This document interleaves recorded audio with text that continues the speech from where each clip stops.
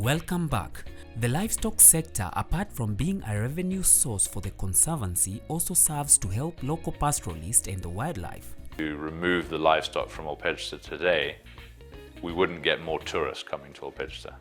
So it would just be a loss if we removed the livestock.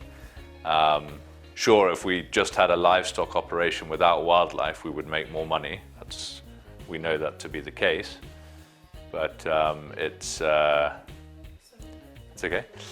We would make more money purely as a livestock business if it was without wildlife, but not nearly as much as we do from combining the two together.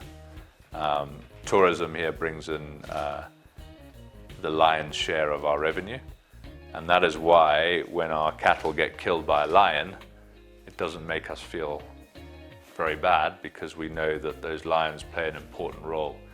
One, in this ecosystem of keeping our herbivore numbers in check, our buffalo and zebra, and two, because tourists like to come and see lions. So they also are an important economic earner. And I think that is the key to conservation. You've got to, the way that human beings are hardwired, we have to see benefit in order to wish something to remain or to grow. And if there's no tangible benefit to wildlife, the wildlife that we live amongst, then there's no incentive for us to look after it, to keep it. And that's been the reason why Kenya has lost, I think, 75% of its wildlife since hunting was banned in the 70s, is because for your everyday Kenyan, they see wildlife as a pest and as a hindrance, something that eats their crops, and not something that benefits them. So if we can get people to benefit from wildlife, then they're going to be more inclined to protect it and look after it. And really that's what we are trying to do here at PAJETA. Siku moja kilitokea simba na ikashika ng'ombe ikaua. So ilipoua niliweza kupiga kwa ofisi, tuliweza communicate na ofisi anipee msaada, manake ng'ombe ilitawanyika sana, mpaka nikapigia mkubwa wangu kutoka ofisi, akaja na gari ndiye aliweza kunisaidia kusanya ng'ombe. Na kwa kichaka tunakuanga na watu wa wildlife ambayo wanachunga faru.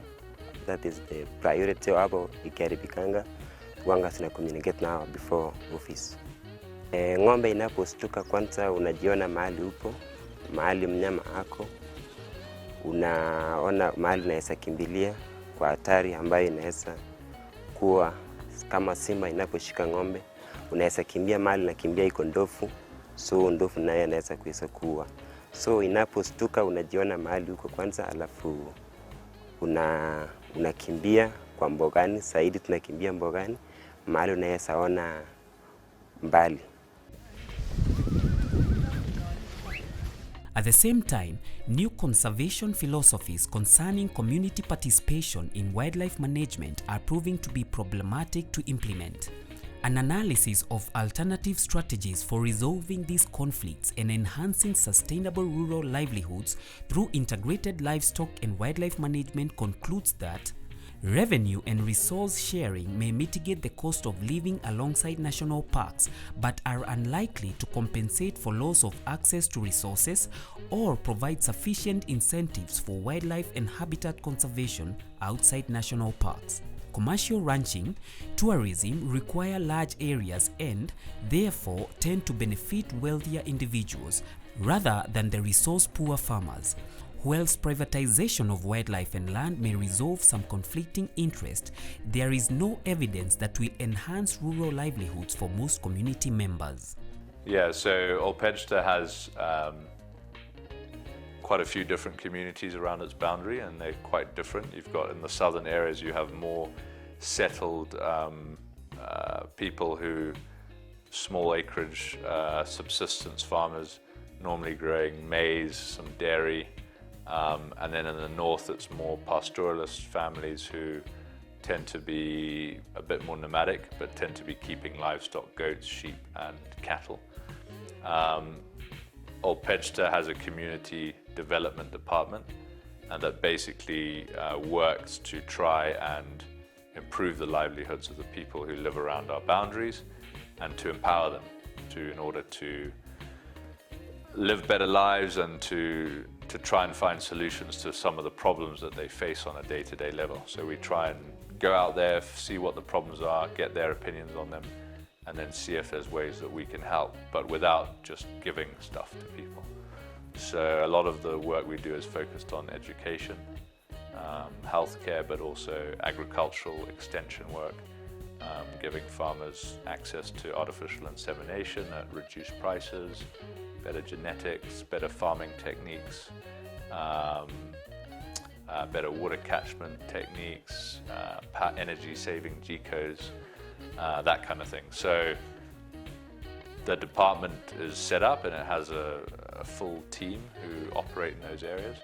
And we try and make sure that the people who live around our boundaries are part of our success and feel that PAJETA has a real value towards them, because ultimately this conservancy can't really run if the people around our boundaries don't like what we're doing or don't agree with what we're doing. Kenya is rich in biological diversity to which wildlife resources contribute a significant proportion. Many of the regions with abundant and diverse wildlife communities remaining in East Africa are occupied by pastoralists. Recent studies show that the majority of the local people around protected areas have negative feelings about state policies and conservation programs. The alienation of grazing land for the exclusive use of wildlife and tourists has a very direct impact upon the pastoralist communities and prompts them to raise questions about African wildlife policy, as if it leads to a people versus animal conflict. Nevertheless, large areas of pastoral rangelands have been expropriated for exclusive wildlife conservation use.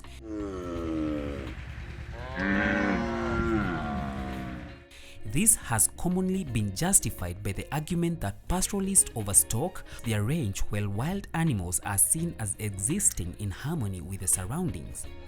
Wildlife-human conflicts, therefore, are a consequence of the problem of resource utilization in conservation areas. Such conflicts do not solve this problem, however, but adversely affect the biodiversity. They harm people and property and lead to the retaliatory killing of wildlife in 82% of the protected areas. PAJETA has a large rhino population. It has 20% of Kenya's total black rhino population. It has the last 2 remaining northern white rhinos in the whole world. And it also has a sizable population of the less endangered southern white rhinos. So it has about 125 rhinos in total, I believe. And that costs a lot of money because, as you probably know, there's a high demand for rhino horn. And there's a lot of poaching attempts that happen on PAJETA. So we spend a lot of money in the security. But beyond the money that we spend on having armed security groups and everything, is the intelligence and the reporting that we get from our neighbors. And without that, it would be very hard to stop rhino poaching. So we really are reliant on our neighbors and the goodwill that they have towards us. And without that, it would be very difficult to protect those species. So our relationships with our neighbors is really critical. And it's something that we're always trying to improve upon. Efforts to prevent and reduce conflicts need to be fully integrated into government and development programs throughout the region, and thus also into the cooperation and assistance programs of donors. There are many ways in which the Kenya Wildlife Services can assist in preventing and reducing conflicts involving pastoralists in Laikipia and similar districts. They require systematic and concerted attention and the development of appropriate and effective partnerships with government, pastoralists and other communities involved, and the broader civil society.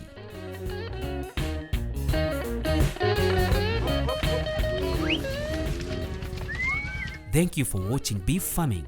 Stay tuned to KTN Farmers TV.